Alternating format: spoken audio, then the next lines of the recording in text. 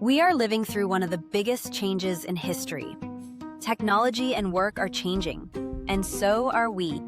Every day, new technology reshapes our lives, often faster than we can understand it. Grasp what's happening, what it means for you, and how stay ahead. Welcome to The Future Was Yesterday, a podcast where we talk with the leaders who are reshaping the world of work. Because the future isn't coming, it's already here. Good morning and welcome, Tarmo. Thank you for being here. Good morning. It's a pleasure to be here. First of all, I'd like to start by asking if you could talk a little bit about your work, where you are located. Greetings from Tallinn, Estonia. My background is in journalism. I've spent almost 30 years ago, I wrote the signature on my first work contract as a journalist for Estonia's largest daily. But since then, I worked in a number of different media organizations, maybe most notable one, Reuters, where I spent 10 plus years overall. And over the last 10 years, I've spent a lot of time working with different startups, either founding them, building them, or working as a communications officer. For the last couple of years, I've been the head of communications at Estonian hydrogen technology startup, Power Up Energy Technologies. And as a side project, a couple of months ago, I launched a new media outlet called FOMO Observer. Great name. Thanks. I'm the one who was certain it has to be Observer there. FOMO alone would have been too little, but the rest of the team voted for FOMO, so we combined the two. But it's I think, an intelligent decision because should be someone taking notes in the FOMO. Yes, exactly. The FOMO need to be observed. Absolutely. And you know something, you have your professional life in, it seems, with one foot on journalism, the other on technology, and now you are working on something that sounds revolutionary. And I would like to ask if you can tell us a little bit about Power Up. What is the problem Power Up try to solve? Basically, Power Up trying to solve, company is about 10 years old. So the original problem, I think the real original problem was that the founder was a scientist. He saw some innovation which needs to be taken out of the lab and into the real wild world around the laboratories. And I think that was kind of the original problem. But in practice, the product we have on the market now for a couple of years is different sized portable generators, which use hydrogen as the fuel. So compared to the diesel and gas generators, nothing is burning, there is no fume, no noise, nothing, kind of stealth generators. And over the last year or two, we've noticed that military sector is very interested in stealth generators because the alternative is running in a separate location, diesel generator to generate electricity, or typically in a kind of actual combat situation to charge batteries.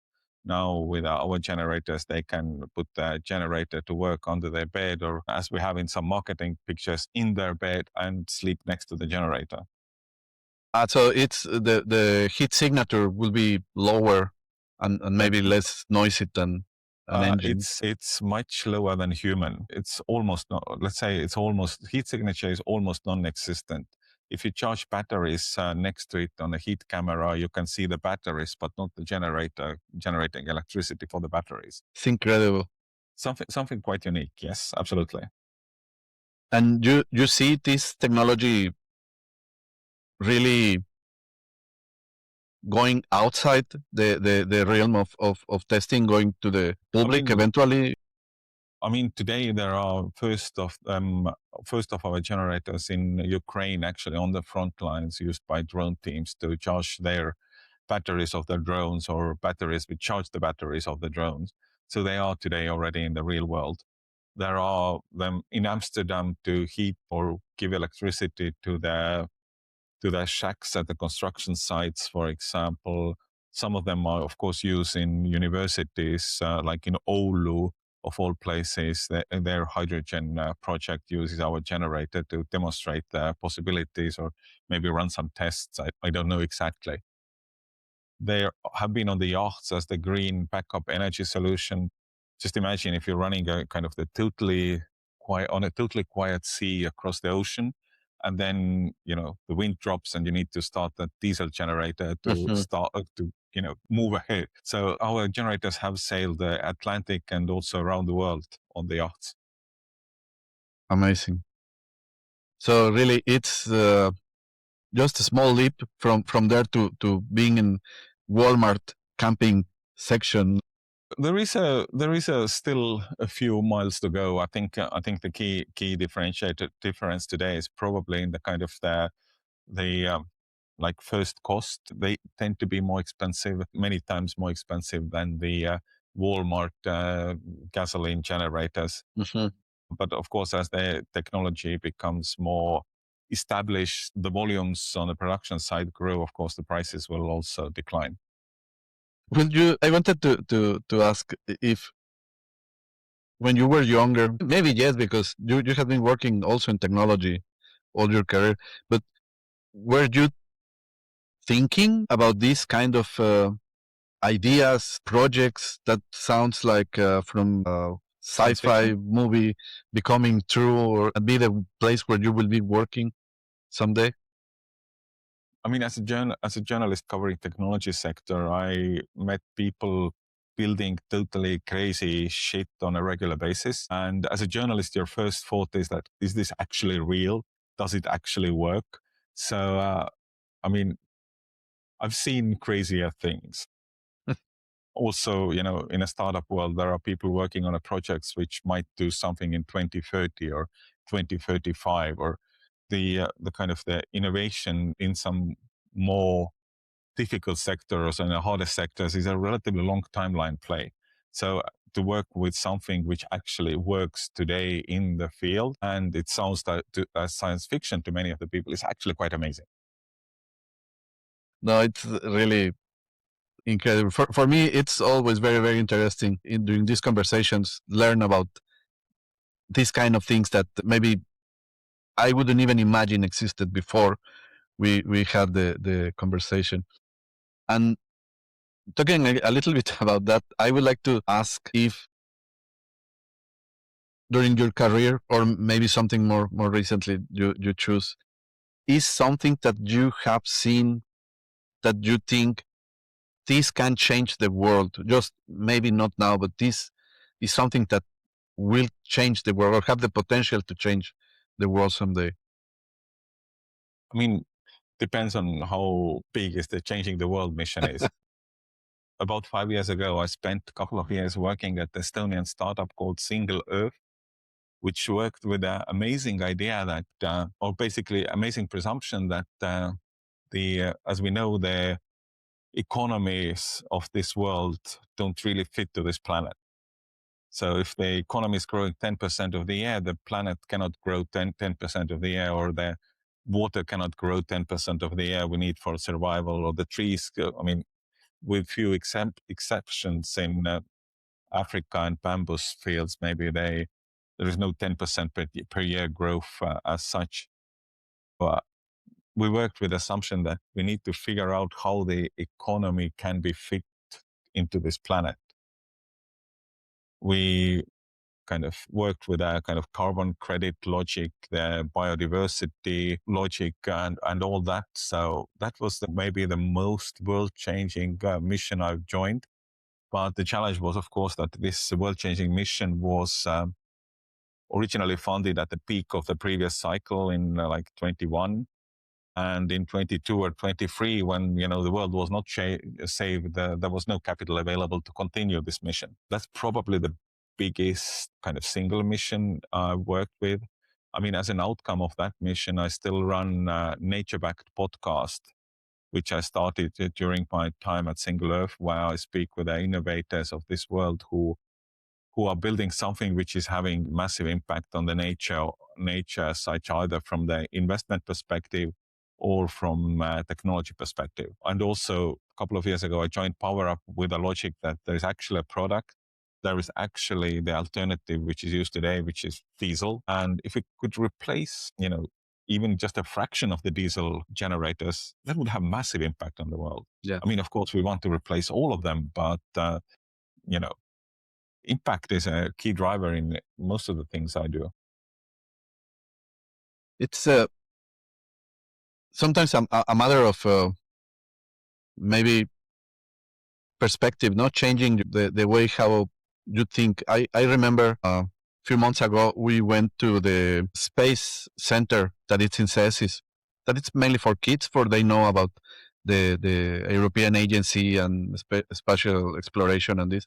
But they have one activity for kids that it seems very simple from the beginning, but as long as you start thinking on it and working with the exercise, it's becoming very difficult and also very interesting, because it's the idea of, imagine we are living already in Mars and the astronauts need pants, but you don't have thread, you don't have cotton, you don't have X or Y, you only have these materials.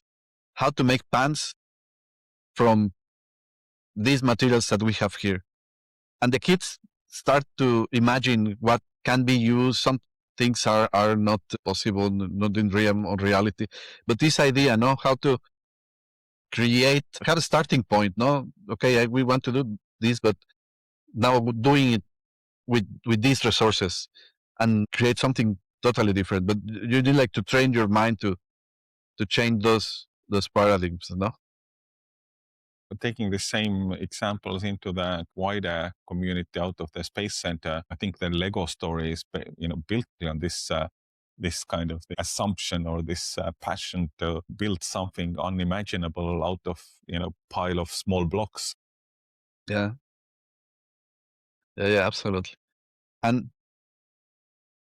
talking about this, creating different new worlds, I want to ask you that, because this is something that I imagine you witness yourself, how Estonia has become from the post-Soviet country that people maybe have in mind, to become the darling of the tech world, but an authority everywhere about the technology. How was this transformation in Estonia? There are a few things. Of course, the biggest benefit was probably the fact that there was almost no legacy technology in the 1990s.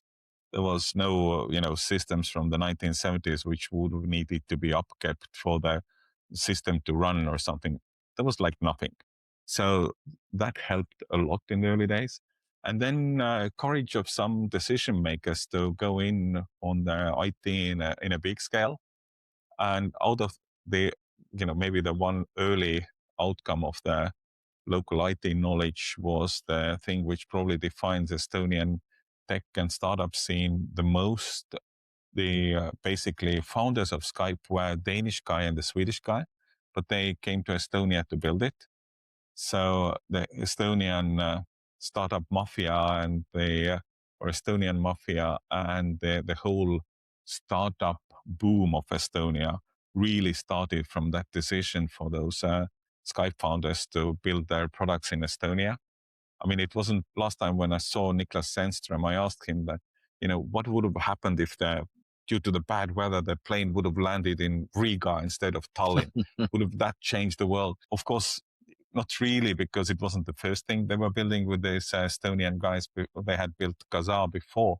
So, one weird accident would have not changed the origin story, really. But I think if you combine the no legacy, you combine the kind of decision on the state level to go kind of fast forward into IT, then with a kind of Skype growth story and being the kind of breeding ground for the talent and for the technology savvy people to actually learn how to build global companies.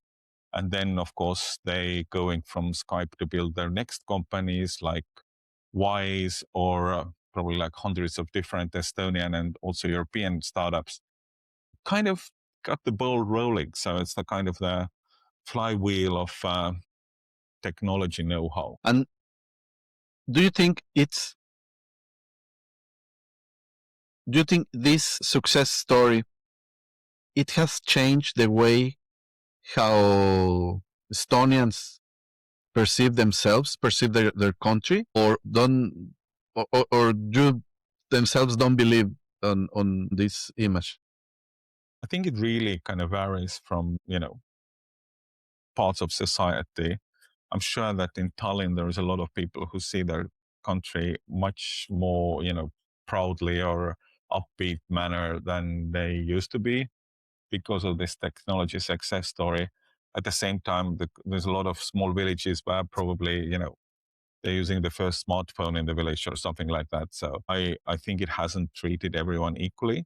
But on a mental level, absolutely, a lot of Estonians are more proud of to be Estonian than they used to be.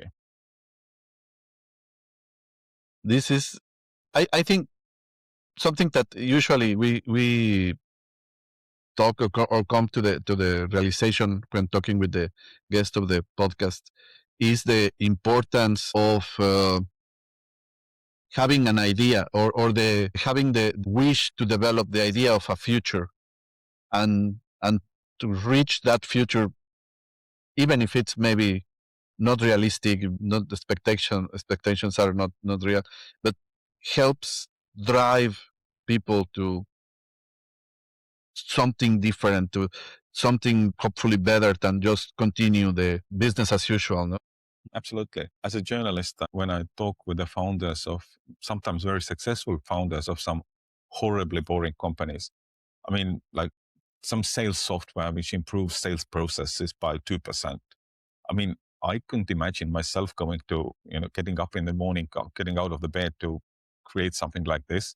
I mean, these people might be multimillionaires or billionaires, but I mean, for me, it's, actually having some kind of impact to leave a better world behind us.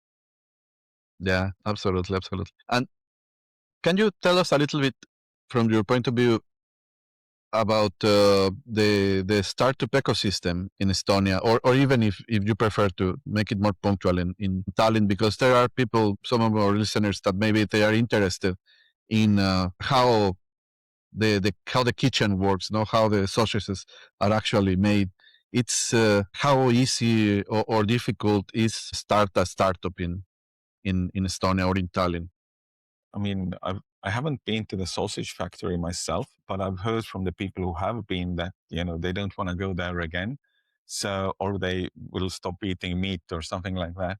So I wouldn't use the parallel of the sausage factory, but in general, the kind of building, let's say founding a company in Estonia is horribly easy. Depends on, of course, where do you want to go with that company and what you want to do with that company. The kind of the legal procedure, the basic startup founding documents are there for free. Just plug in the company name and the founders' names and see, does it make sense for your setup? All this is basically at almost near zero cost. As a foreigner, you kind of need some kind of access to Estonian digital systems. At the same time, in Estonia, the building, kind of creating a company is very simple. You can, do it all digitally. I think the fastest times are somewhere around 10 to 15 minutes. I think Estonia is probably in Guinness Book of Records with these kind of things, or at least has been. The founding document templates are all available for free. You can go and download them from the Startup Estonia page. Just plug in the names and numbers and all details like that. And you have also kind of have the founding agreements and all the other legal paperwork ready for almost no cost. For the foreigner to set up a company in Estonia, the first challenge, of course, to actually having access to Estonian digital country. For that, about 10 years ago, they created a system called e-residency, which basically, if you go to the e-residency Estonia webpage, and then you can apply for the digital access to Estonia's state systems.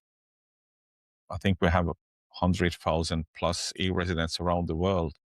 And compared to the country of 1.3 million people, that's actually somewhere around 10% of addition to our population. And this 10% addition is actually much more likely to build companies, generate cash flow for the country than maybe the average Estonian today.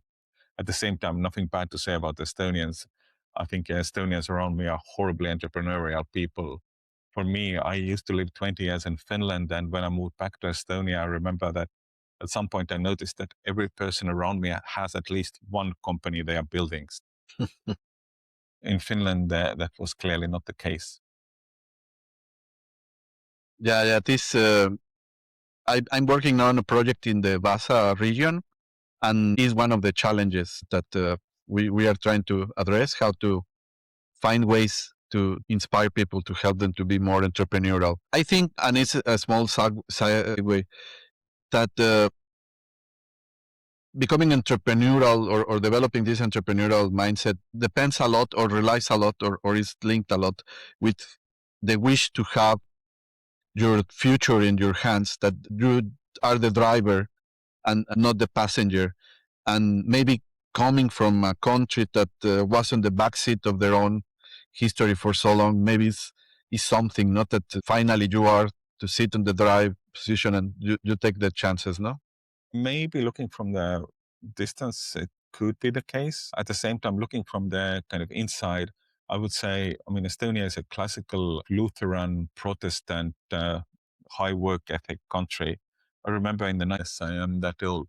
When I was in the school, I remember the director was giving, still within the Soviet Union, speeches about how the Estonian nation has been built on work ethics as such. So, I mean, I think it kind of relates to that work ethic that, at some point people in their lives understand that they don't have to work for someone else, they can work for themselves. And if you make the entrepreneur kind of setting up enterprises really easy, then it kind of becomes no-brainer. Yeah. We are almost at the end of the conversation, and to start going to that direction, I would like to ask you if there is any transformation, any changes that you would like to see in maybe in Estonia or in our region or an European level that will help our countries to start doing things different or move in a better direction. This is something that you would like to dream that it's becoming reality in the next 4, 5, 6 years. I mean, on the short term, the most simple advice from the startup world, make this EU Inc. thing happen, please. Don't water it down. For the European level, we need it kind of full EU Inc. no watered down version, please. That's the easiest, in a way, easiest. I know that political level, nothing is easy. On a kind of more human level, I think the kind of how do we learn to use AI kind of, I don't know, in a human way? Because I've noticed it can have a huge impact on the daily work of anybody who has anything to do with content. I'm sure that after this podcast episode, you will do 2 clicks and you have the AI edited versions of Tarmo's talk, which might look rather real, but of course, for them to look real, Tarmo has to show up on this podcast and actually talk. Otherwise, it kind of loses a bit of authenticity. Or let's say in today's world, I think people's filters of authentic content have gone from somewhere 0 to here. So I think the difference of actually humans and computers, at the same time it diminishes, but that as it diminishes so much, I think our valuing of the human content actually goes up a lot. So I think the kind of more human interactions, more events, more getting out from behind your computer to actually see people and talk to people, I think that will make the difference in the world of tomorrow. This is something that amazes me every time, because almost all guests, when we are coming to this final part of the conversation, came to this similar idea or similar proposal. No? The better way to take advantage of the AI tools, it's becoming more human, or discovering what it's making us human to be more productive or more efficient or more with the help of these tools. No? Absolutely. And I think it's partly probably some kind of the self-survival instinct, because anybody who's saying that AI will not take anyone's work is just stupid or blind or deaf, or not trying to say anything bad about people with challenges. But I mean, I think the world is moving around us so fast. I know humans have said that through the centuries, but the change with AI is terrifying. Yeah, yeah, yeah. And the last question, because it's the first time I had the chance to have a conversation like this with someone with your background. How do you think the AI adoption will change your or make changes in your profession or in this profession as we know? Maybe it's not going to be exactly the same after 10 years or something like this. I mean, let's say I've been trying to profile myself as a jack of all trades related to communication. So I think there are parts where it has hit badly already. I mean, copywriting of, I don't know, blog articles or something like that. I mean, I think the people are doing the work of 10 people 5 years ago, thanks to the AI. So I think the hit there has been massive already, which of course means that one person is probably paid more. He or she is more specialist in what they actually do and so on. But still, the impact is massive. At the same time, on the communication side, I mean, communications is, I hope, forever human to human business. I mean, we do communicate. Yeah, I mean, the receiver could be a computer who translates it into something, but for actually getting the stories out, talking to the people is kind of must. In 2026, you can't be optimizing the prompt field to reach global media on a regular basis. You actually have to get out of the office and talk to the people who create the global media. Absolutely. Absolutely. Thank you. Thank you so much, Tarmo. Thank you so much for your time, your thoughts, and your expertise. And I hope it's not going to be the last time that we have the chance to talk. Absolutely. And thanks for the invite. Always happy to discuss. Thank you. Thanks so much. And thanks to our couple of listeners. Remember, we learn from each other. I wish you, agency, a wonderful day. And remember that the future was yesterday. Thanks so much. Thank you. Bye-bye. Hi, this episode is brought to you by Sala. Building for the future shouldn't feel overwhelming. Sala is an all-in-one solution designed to support you at every stage. From shaping an idea to AI-powered customer service. But Sala don't just focus on technology. They help you make sense of it and actually use it in a way that works for you. If you're looking to grow, adapt, or future-proof your business, check out Sala.